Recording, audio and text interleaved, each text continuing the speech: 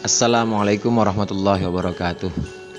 Anak-anak sekalian, pada kesempatan kali ini kita akan membahas tentang penghargaan terhadap tradisi dan upacara adat kesukuan Nusantara.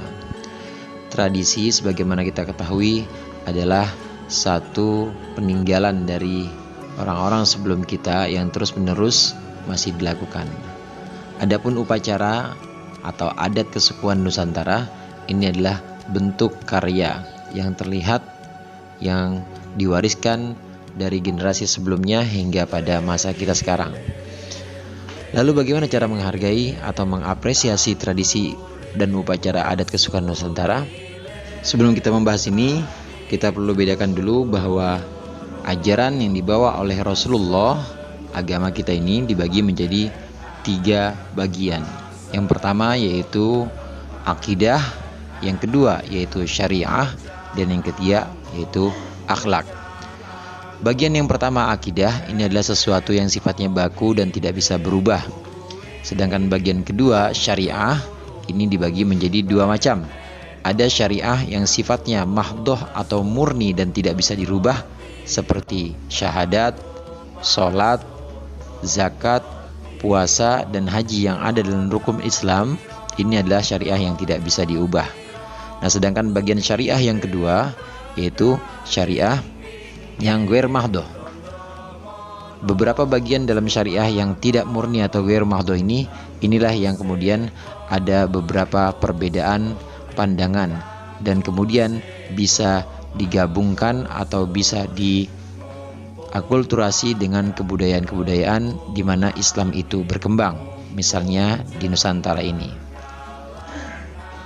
Bagian yang ketiga yaitu akhlak. Pada bagian akhlak ini banyak sekali ranah-ranah atau wilayah-wilayah yang memang bisa digabungkan dengan kebudayaan. Disinilah tradisi dan adat atau upacara kesukuan Nusantara mengambil bagian, di mana adat-adat atau upacara kesukuan di Nusantara ini kemudian dijadikan sebagai media dakwah untuk menyebarkan akhlak yang mulia, untuk menyebarkan budi pekerti yang mulia dan baik yang diajarkan oleh Islam.